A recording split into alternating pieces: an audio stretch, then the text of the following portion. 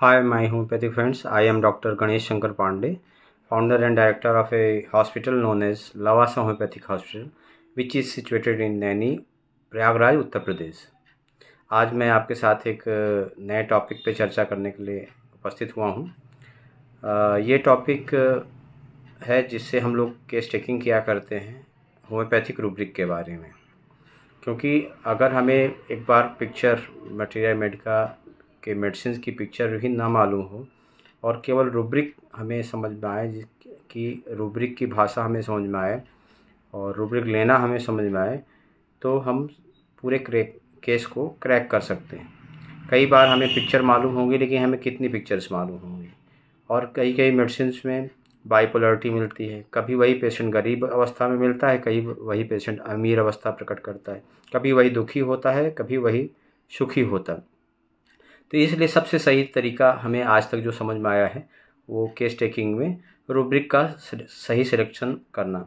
अगर हम सटीक रूब्रिक पकड़ करके केस में डालते हैं, इवैल्यूएट करते हैं, तो हमें सटीक मेडिसिन, सटीक सिमिलम तक पहुंचने में बहुत आसानी होती है।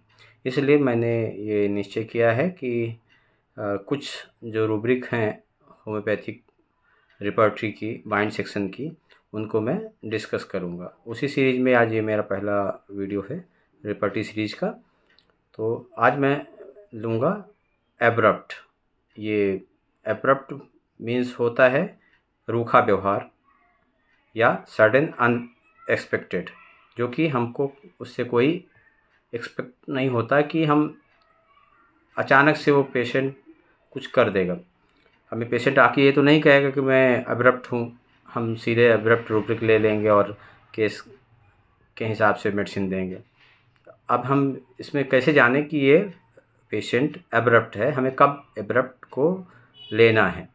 तो हमारे पास कई बार पेशेंट आते हैं और हम ओपीडी देख रहे होते हैं, किसी दूसरे का नंबर होता है, हम किसी को देख रहे होते हैं, वो सीधे घुस आते हैं और अपनी बातें करने लग जाते हैं, जिससे ऐसा व्यवहार जिससे जो अचानक हो, सडन हो, और जिससे फिजिशियन को भी ये हो ये कैसा आदमी है कि इसको कोई मैनर नहीं पता है। इसके लिए हम कई रूब्रिक्स ले सकते हैं, जैसे स्नैपिस है, इम्पल्सिव है। उनका जब हम जो उसका टॉपिक आएगा उस समय जब हम रूब्रिक करेंगे, तो पहले हम एक बार सभी रूब्रिक्स को इस तरह से समझेंगे, फिर उनका डिफ्रेंशिएशन करेंगे कि हम कब इम्पल्सिव लेंगे, कब हम स्नैपिस लेंगे, कब हम एब्रप्ट लेंगे, जो भी इसके क्रॉस रेफरेंस हैं, तो उसको हम बाद में करेंगे। आज हम एब्रप्ट के बारे में चर्चा करते हैं। एब्रप्ट के लिए ये एक ऑब्जेक्टिव सिम्टम है। ये पेशेंट अपने से नहीं बताएगा, हम केवल उसको देख करके उसके लक्षणों को जान करके उसको एब्रप्ट ले सकते हैं।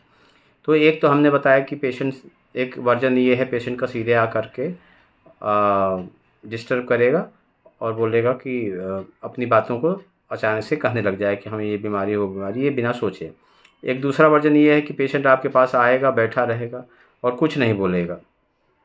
आप उससे पूछेंगे भाई क्या बात है, क्या बात है, आपको क्या प्रॉब्लम है, तो वो अपनी प्रॉब्लम को कुछ देर तो नहीं बताएगा। कुछ देर बाद जब आप किसी अटेंडेंट से कुछ बात करने लग जाएंगे या कुछ हो जाएगा, तो वो बिल्कुल अचानक से फट पड़ेगा और बोलने लग जाएगा कि हमें ये दिक्कत है। तो दूसरा वर्जन ये हुआ। एक हम अपने क्लिनिक का एग्जाम्पल बताते हैं।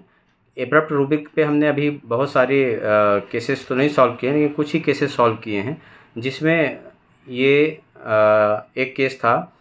एक पेशेंट हमारे पास 60-65 साल का बुजुर्ग पेशेंट था। वो अपने पेट की कंप्लेंट के लिए दिखाने के लिए, एंजाइटी के लिए हमारे पास आया और वो हमारे सामने बैठा हुआ था। हम केस ले रहे थे। केस लेते लेते वो अचानक से उठा और बाहर चल दिया।